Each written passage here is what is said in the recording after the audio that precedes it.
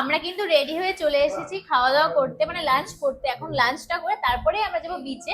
আর আজকের লাঞ্চে কিন্তু আমরা অর্ডার করে নিয়েছি অনেক কিছু। এখানে আছে ভাত, ডাল আছে, আলু ভাজা, গ্রিন স্যালাড, আর ওখানটায় আছে মনে হয় আলু পটলের তরকারি আর মাছ। এই যে এটা আলু পটলের হ্যাঁ, তরকারি আর আর ওটা এটা মাছ। তো অনেক কিছু আমরা অর্ডার করে নিয়েছি। এটা হচ্ছে কি এই হোটেলের কিন্তু পার্সোনাল রেস্টুরেন্ট।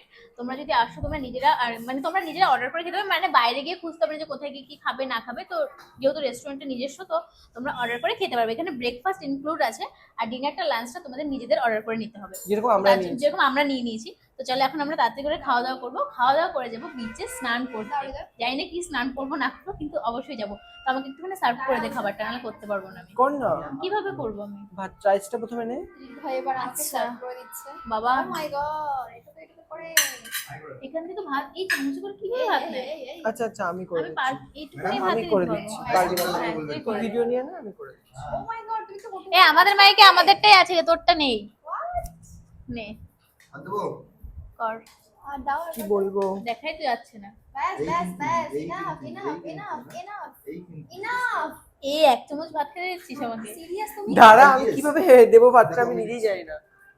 ওএমজি। হৃদয়দার থেকে শিখলাম আমি যে এইভাবে নিতে হবে। এই যে দাদার থেকে শিখেছে এইভাবে ভাত দিতে হয়, তাই ও এইভাবে দিচ্ছে। সিরিয়াসলি খুব খিদে পেয়েছে। হ্যাঁ, এমনিতে ক্যাটারিং বলে তোমরা তো পুরোপুরি ক্যাটারিং দিয়ে দিচ্ছ।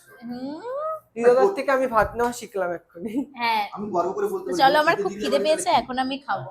তো আমি আমার ভাতটা নিয়ে নিই। হ্যাঁ, রান্না করতে পারে, খেতে পারে, সব করতে পারে।